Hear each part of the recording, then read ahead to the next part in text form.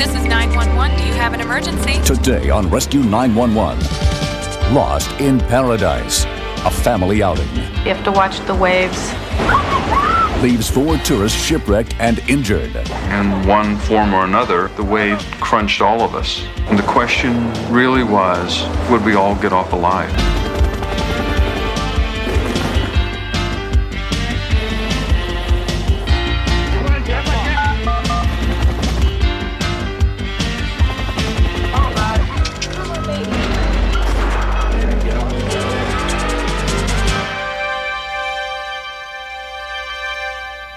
Nowhere is the true spirit of the holidays more evident than in families who've received a second chance at life. We begin in the Caribbean, just offshore from one of the British Virgin Islands on December 25th, 1991. Tom and Gina Muha of Annapolis, Maryland, were celebrating that Christmas day with their 16-year-old son Brian and 14-year-old daughter Stephanie aboard their chartered sailboat. The problem with the north shore of the Virgin Islands is that if there's a big storm out in the ocean, then there's nothing to break it up. And so it'll run for as much as 3,000 miles and build up a big swell. They're not like your normal wave. They're extremely powerful, and they are extremely deceptive. You don't really know you're in them until you're right up against shore. The day was gorgeous. And I think that this particular family got really caught unawares in seconds. Ready to weigh in? Sure. Before kids get up, let's just go. Tom had been sailing for more than a dozen years. We'd come down here for a week in order to sail amongst the little islands and anchor out at night. The winds are usually very favorable, the seas are pretty calm. Snorkeling is wonderful. What are we going to do today?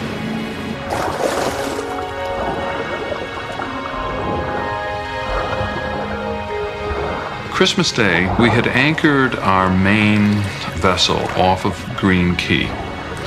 Walked around it, done a little bit of snorkeling. Then we were going to go over to Sandy Key. Sandy Key was a tiny, uninhabited islet with no source of fresh water on it. When you approach the island, you have to find the appropriate spot. You have to watch the waves.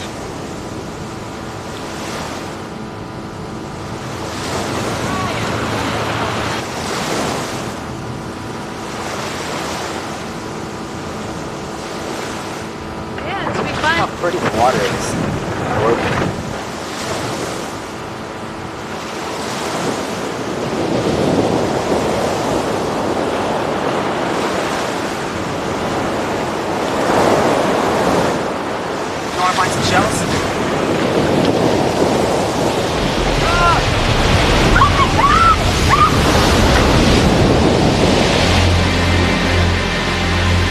When we continue, I did an accounting to see where everybody was, and I could not find my daughter.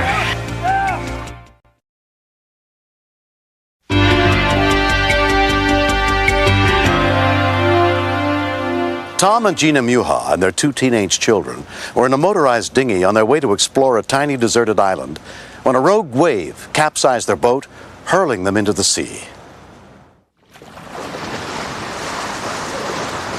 I knew that my ankle was broken.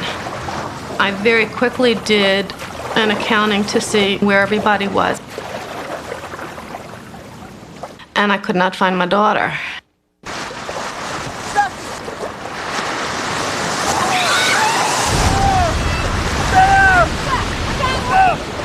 Our daughter was trapped underneath the boat, and it was very hard to get her out because my shoulder had been crushed. In one form or another, the wave crunched all of us.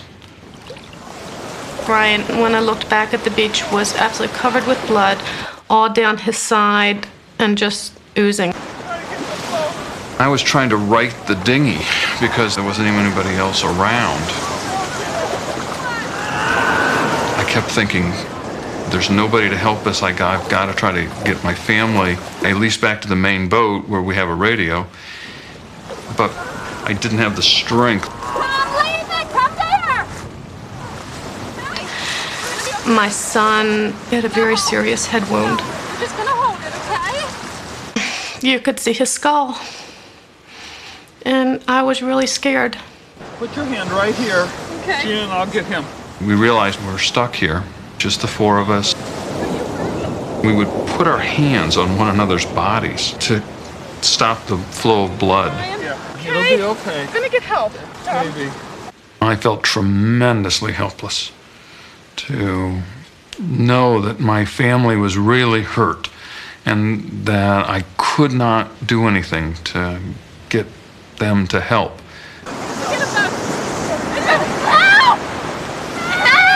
There was a small boat that we noticed offshore going by. I started to wave and holler, but they just kept going. No! No, we need help! Our hearts just sank. Help!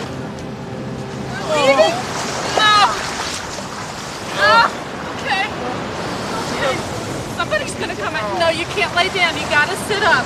If you want to lean forward, you can put your knees up, okay? We absolutely refused to let him lay down. I knew that you just don't do that. You keep pressure on a wound and you stay alert. I called him my baby. He was 16 years old. I told him over and over again that I loved him. He thought I was saying goodbye. And the question really was, would we all get off alive? Because there was so much blood that I wasn't sure that we would get somebody to help us in time. I love you guys. Slow your breathing down, Bri. Slow everything down. Breathe. You see sailboats off in the distance. You know they're not going to see you. Sandy Key is very, very tiny and is probably a speck to them.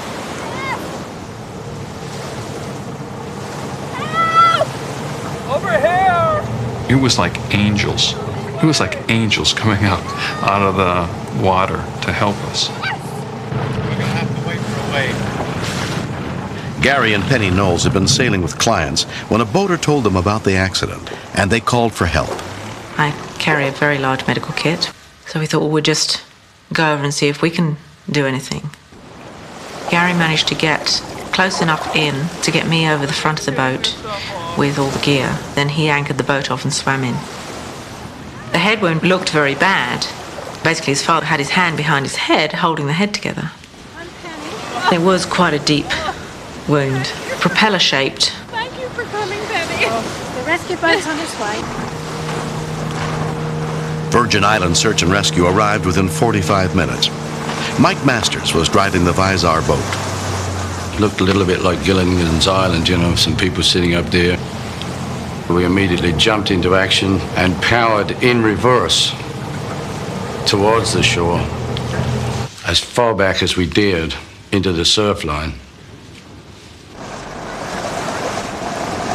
Among the volunteers who responded that Christmas Day was Brian Gandy. There were some really awesome surf running at the time. We basically had to prepare them to go back out. It was going to be a pretty bumpy ride. These people are basically going head first straight into the waves, and if that stretcher tips over, we're in serious trouble. We had to build up the confidence level of the people because they were definitely scared. We would stand on the water's edge for about a minute and a half reading the waves, and once we were committed, we'd just go charging straight in. Our timing had to be perfect.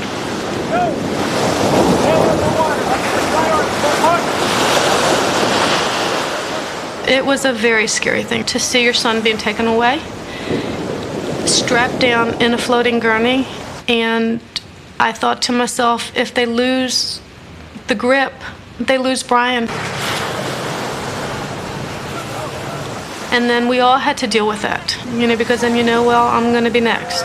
Everybody together? Go! With the Visar people just plowing through it, you could see them getting tired. I mean, it took such effort to get out through that surf and to keep that person in good condition. They did such a good job.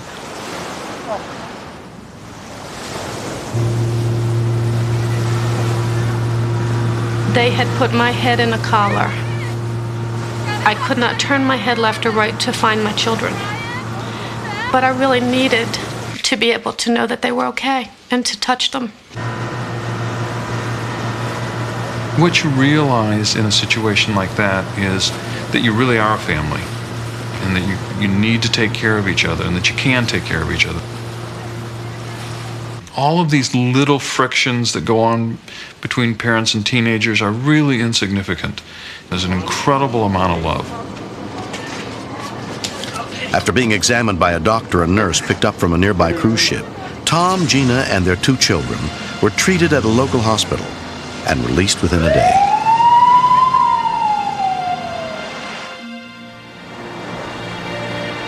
It took 40 stitches to close Brian's head wound. I remember the ride to the hospital. Had a bumpy ride on the rocky roads down here. But I'd like to thank everybody that helped out in the whole process. Barney, he took me from the hospital to go get clothes and stuff for Brian and my mother at the hospital. And he drove me around all day on Christmas. We do this because we care about what happens to people. Obviously, their Christmas Day had been wrecked far more than mine had. Check out all them players. You see that shit? I would never go out on a boat again without a handheld radio in a waterproof pouch. Maybe I can have a healthy trip. There we go. If something happened, I'd have a way of being able to call Visar or the Coast Guard or 911 or whoever it was. I think for me that was the #1 lesson. Hi guys. If that boat hadn't seen them go up on the shore and come over to us, and that we could have radioed, then it could have been too long for somebody to find them. Because you knew, like, you couldn't swim or anything, and right. if something happens, right in there. It's like, don't let go. They're a terrific organization. These people got up, left their homes on Christmas Day, and saved our family.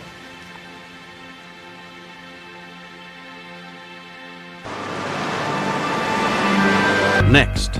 The emergency brake was on, it was in park, and nobody thought to block it or anything.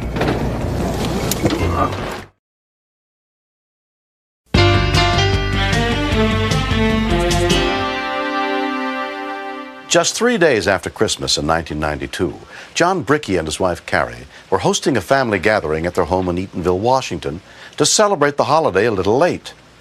John had surprised his father, John Sr., with a very special gift. all right, guys, let's go about What he had given me was a hat. And there were keys in the hat. And out in his garage that was shut was a pickup.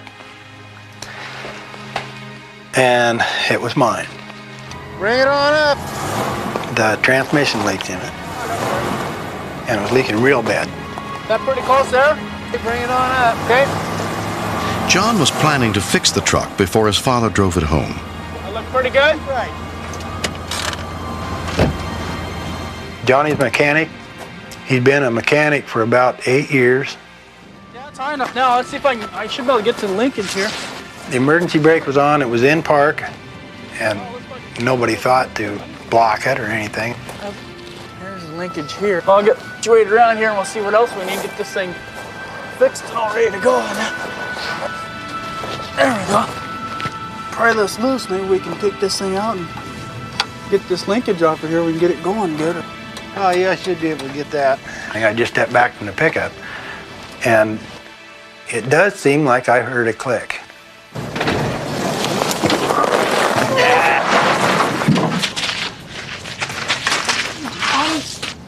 I could see that it was smashing. Johnny, I couldn't find a pulse, and I couldn't find any breath. I just lost it. John's wife Carrie was inside with his mother and younger sister. And he's like, John's stuck. And I was like, he's stuck? Well, okay. And I was thinking his foot was stuck. Let's go. Let's see what's going on. And I just saw his feet were hanging out from under the truck. It was not a natural position for any human being. Oh, you gotta do it. You get an address. Johnny! I was sure he had broken his back, and I was like, oh my God, he's never going to walk again if he lives through this. Iron medical aid? Yes, we have a medical emergency. A truck rolled on top of my husband.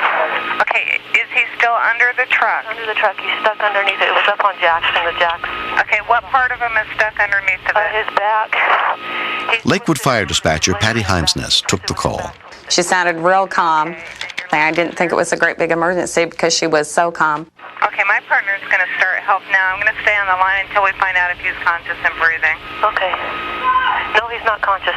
Okay, I need to know if he's breathing.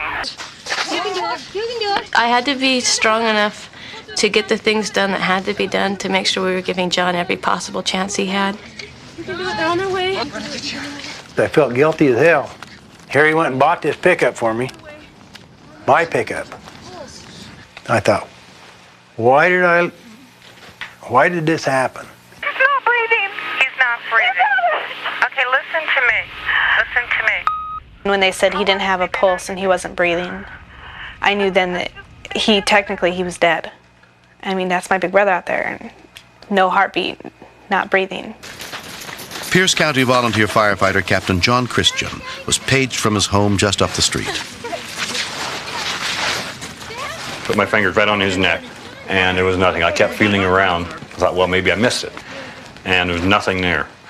Then I got a little nervous, because there he was. There he was. You can't, there's nothing I can do. We have help coming. Okay. We don't want you to get hurt too, okay? Somebody? I don't care how much adrenaline you got. It's hard to move a 4,000 or 5,000 pound truck by hand. It was everything flashed in front of me that, no, this isn't good. This isn't happening. Johnny shouldn't be underneath this pickup because he knows he should have had it blocked, and he didn't have it blocked. Within 3 minutes of the call, rescue units arrived with the jaws of life.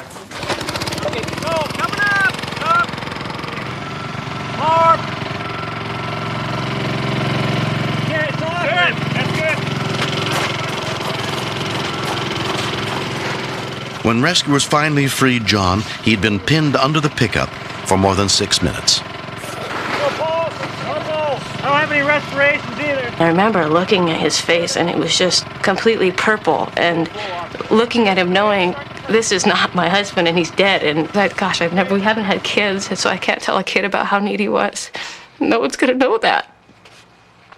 We know a downtime. Battalion Chief Larry Spawn was among those treating John. Let's check him.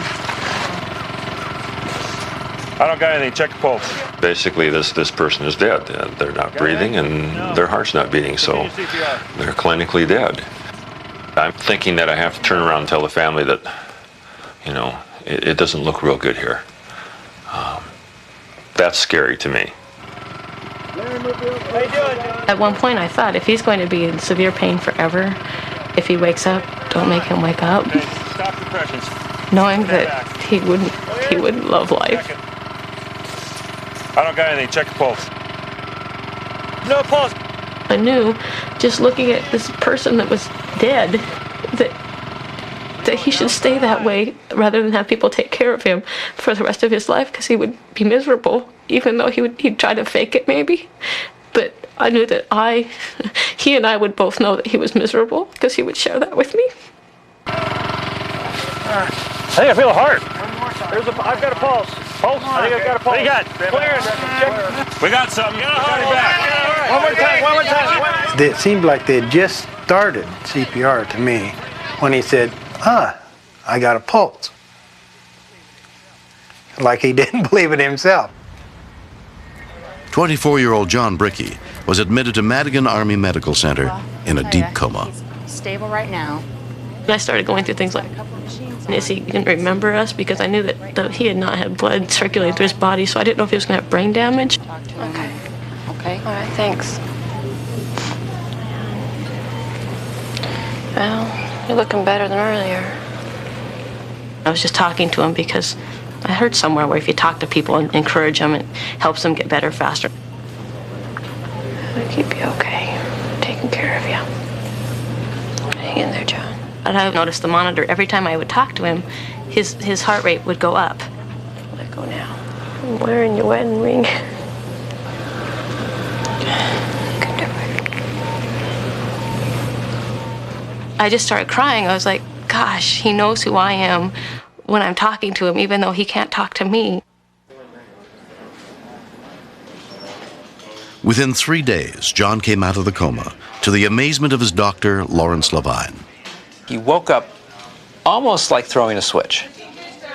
There did not appear to be any obvious spinal cord damage, any obvious brain damage. It's as if he went to sleep for a prolonged period of time and woke up and says, "Hello, I'm here, I'm back." Another one?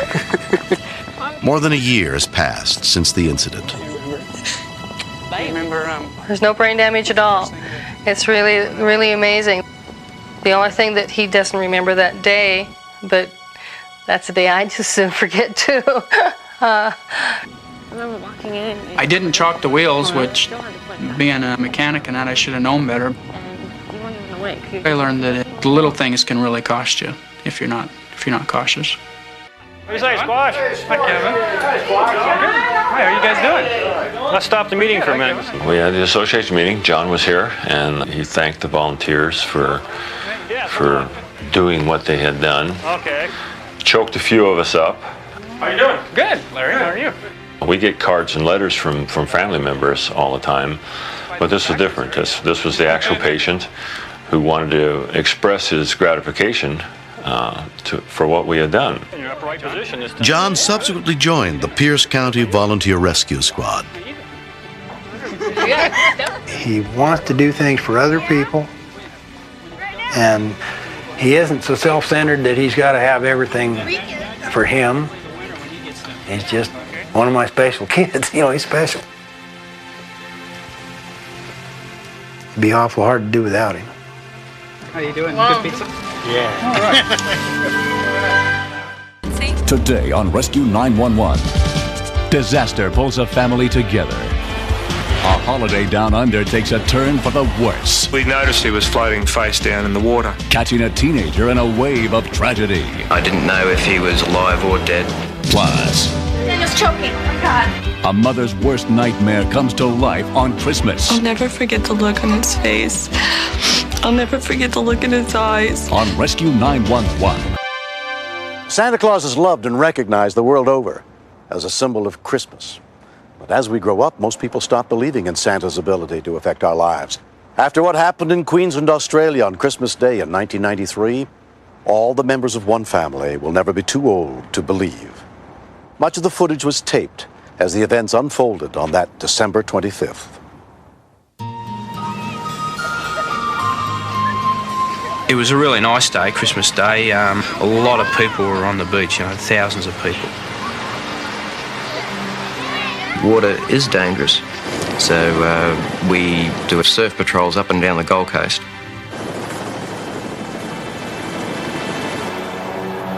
Alan Johnston was out on the water that day with his 3 sons. Christmas morning, we usually get up and open up our presents, and then we're trying to kill a little bit of time between then and lunch. We thought, well, that'd be an ideal opportunity to shoot a few more waves with the jet ski. 18-year-old Nat took over the ski, while his youngest brother, Garen, watched. We were having lots of fun, and my brother, Nat, got on, and Nat is a show-off. I said to Nat, I said, away you go, mate, have a good time and just take it steady.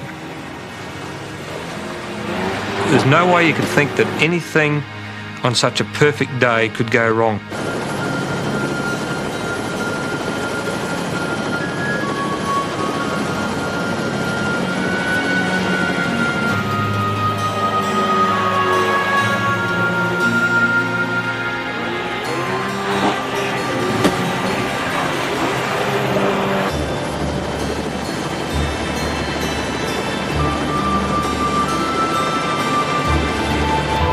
Nathan thoroughly enjoyed the thrill of the jet ski.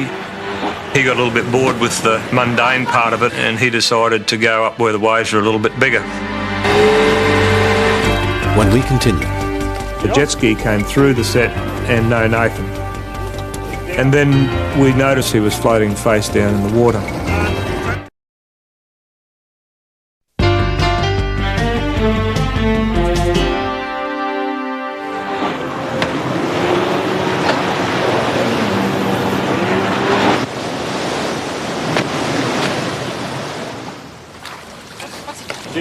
jet ski came through the set and no Nathan. And then we noticed he was floating face down in the water. We thought they just fell off and was going to get back on, but he wasn't moving. As soon as we realised that Nathan was in trouble, I immediately put out a mayday call. I told them that we needed all assistance possible. I heard Travis screaming into Nat, saying to wake up, wake up. I was really scared because I knew that he was knocked unconscious. I looked up and I saw the helicopter coming along with Santa Claus dangling in midair. It was like someone above was looking at us on Christmas Day. It was an absolute miracle. It was a fluke.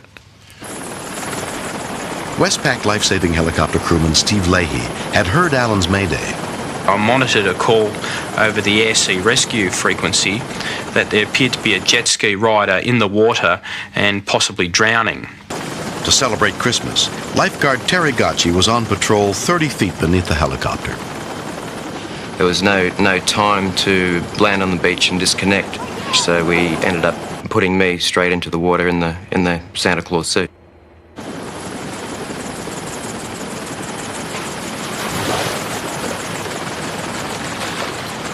Travis was absolutely screaming, trying to wake him up. All that I could see was Nathan was just foaming at the mouth.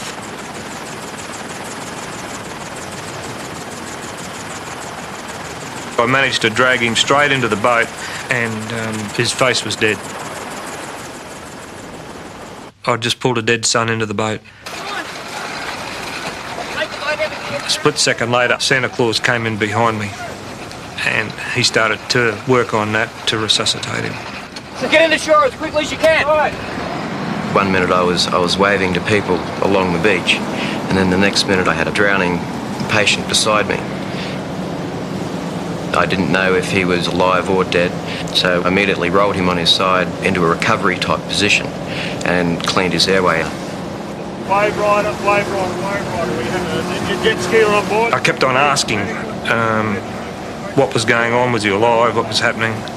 It was just cutting at the heart. Queensland ambulance officer Mark London happened to be assigned to the Gold Coast Water Police boat that day. And we noticed a boat quickly going past us the other way, and a man who appeared to be in some sort of red suit kneeled down over someone laying in the back of the boat. We had the initial call as being someone who had come off a jet ski, and we assumed that they possibly had hit their head. The first thing I saw was a man in a Santa Claus uniform, but obviously the first concern was the patient. He was very pale, he was lifeless, he had a lot of difficulty in breathing. Obviously there was a lot of fluid on his lungs, a lot of fluid in his airway. He was constantly vomiting up seawater. He looked in a very serious condition. It was like a godsend that somebody who was more qualified than I was actually there to help. These guys were just working unbelievable efforts. They must have worked for maybe 10 minutes, maybe even longer, maybe 15 minutes, because he just wasn't with us. He was breathing, but I knew he still wasn't out of the woods for the fact that he still had the fluid on his lungs. It was still a major concern to me to see what the outcome was going to be and if he was actually going to be okay.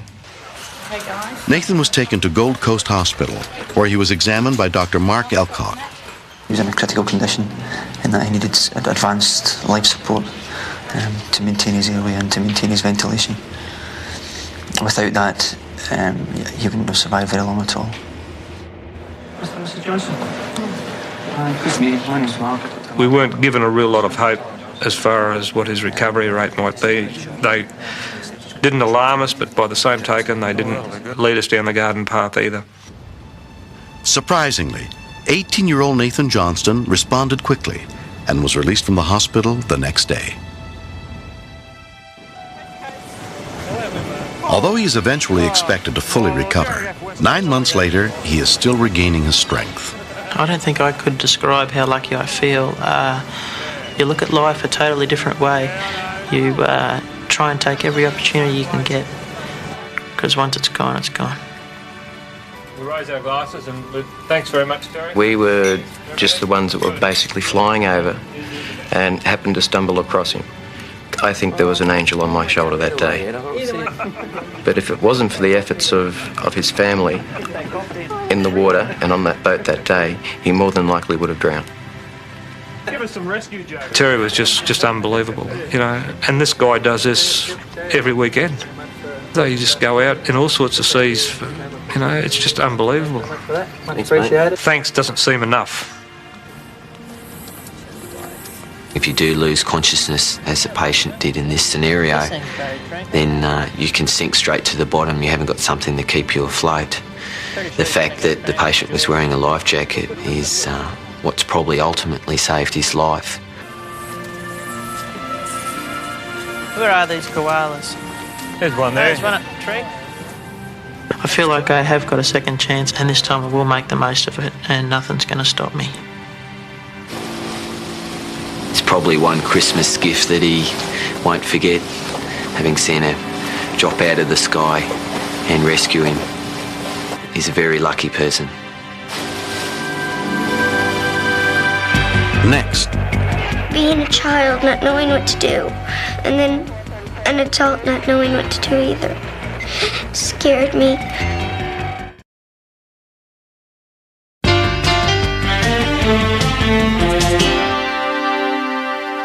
In early December of 1993, Kimberly and David Joyce of Atlantic Beach, North Carolina, began preparing for the holidays. Kimberly's twin brother and his family were staying with them at the time, and everyone was looking forward to spending the holidays together. But they could not know it would become a Christmas that none of them would ever forget. I've been told that I have an enormous amount of Christmas decorations. I like to totally decorate the house. I mean, I want it to be a Christmas wonderland for the kids. Kimberly's 9-year-old daughter Melanie was helping decorate, while her 11-month-old brother Nathaniel watched. I just love to have him around. To me, it seems like he loves everybody. I was told in 1988 that I would not be able to have any more children. But when David and I fell in love, we were able to have Nathaniel. He's our miracle baby. He's the baby I was told I'd never have. Nathaniel has a sensitive reflexor. It's where he easily gags excessively to the point of sometimes passing out. We decided to put the artificial tree up because we didn't want the pine needles all over the floor. With the real Christmas tree, Nathaniel could pick these needles and could swallow them, and they could get hung in his throat.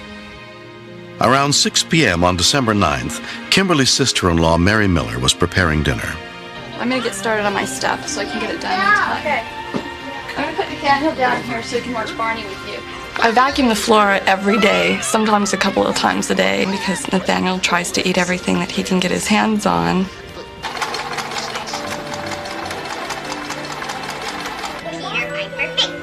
Peter Piper picked the fiddle.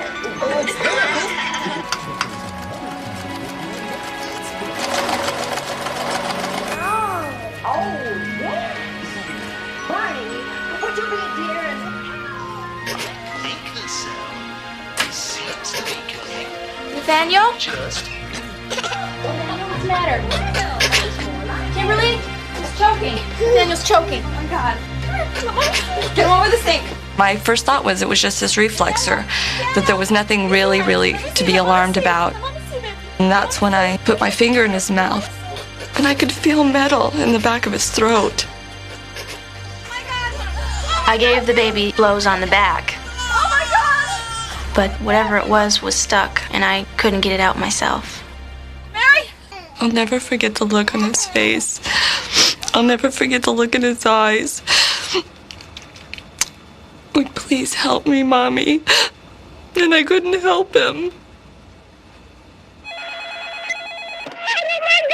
Atlantic Beach 911. Where is your emergency? 201. 201. My baby's choking. He's sitting up front. Please. Ma'am, calm down. Atlantic Beach Police Dispatcher Pamela Hansen took the call. When people start screaming at you, your adrenaline level goes up. You know there's the possibility somebody's life is in danger.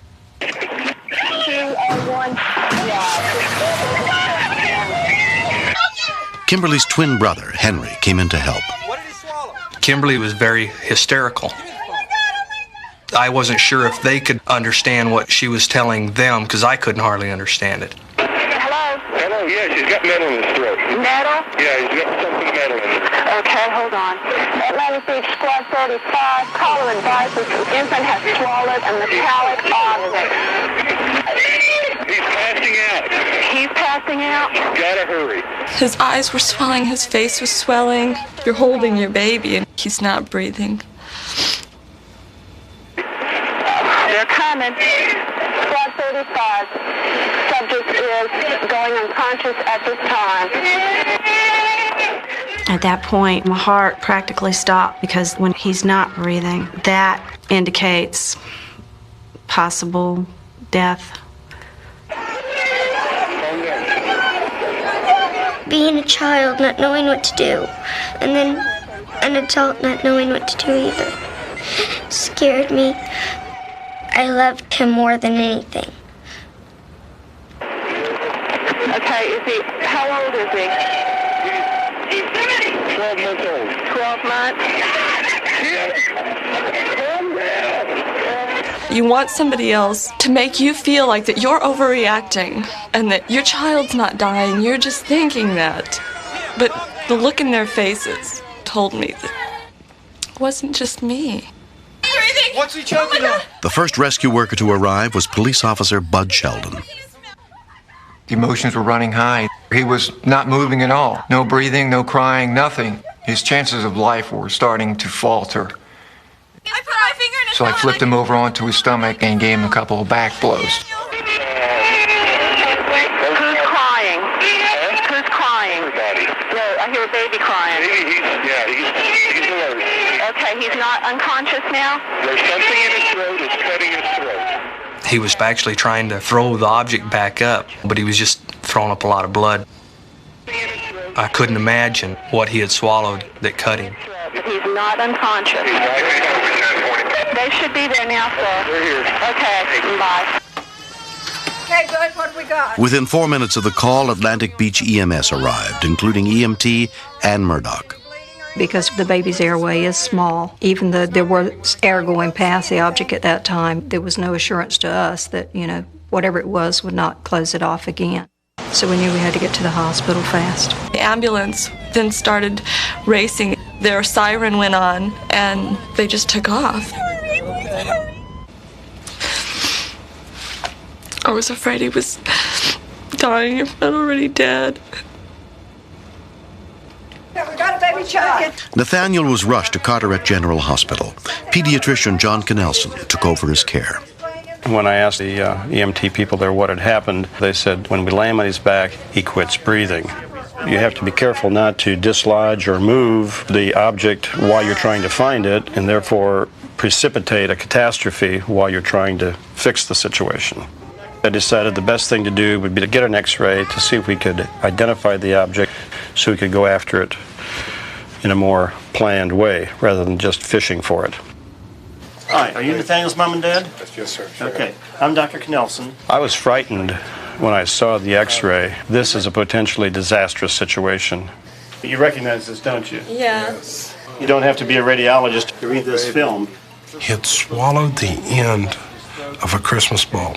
I don't know how he ever could have swallowed such an item, but there it sat, plain as day. Thoracic specialist Richard Ray was called in to perform the procedure to remove the object. When I looked, I saw the part of the ornament with the hole was sitting right in the baby's larynx, so that the baby was actually breathing through this little hole. To stand there helplessly and listen to your son crying, screaming out, and to know that there's nothing you can do but wait and hope. That was the hardest thing that I had to deal with.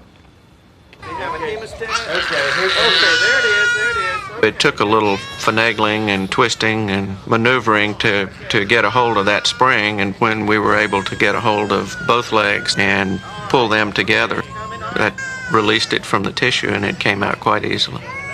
Oh boy, look at that. Oh. When you get that out, it's like the Hallelujah chorus. Everybody in the emergency room cheers, and it's a good time.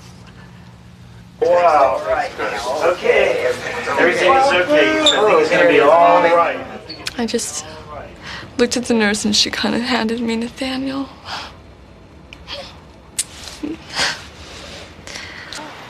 Nathaniel was released from the hospital the next day without any permanent injury.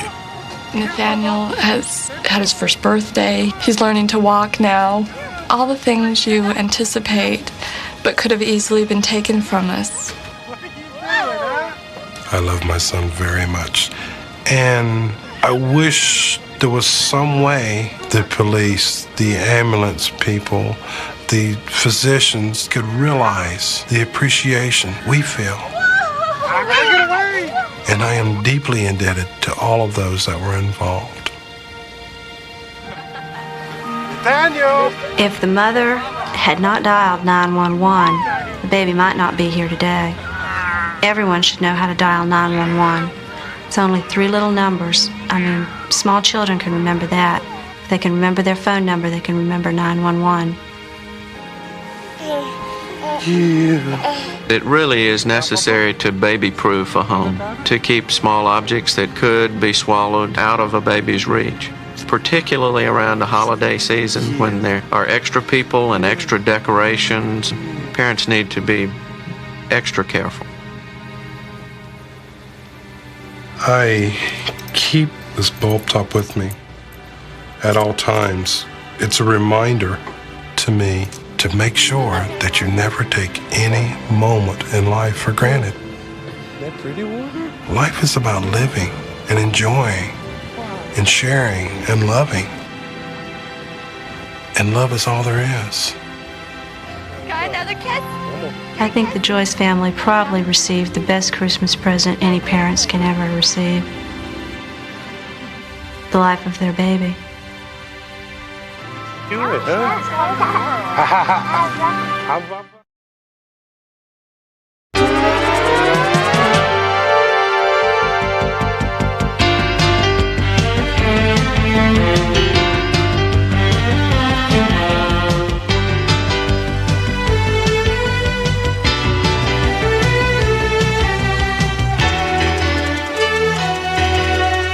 Mr. Shapiro, step out of the car, please.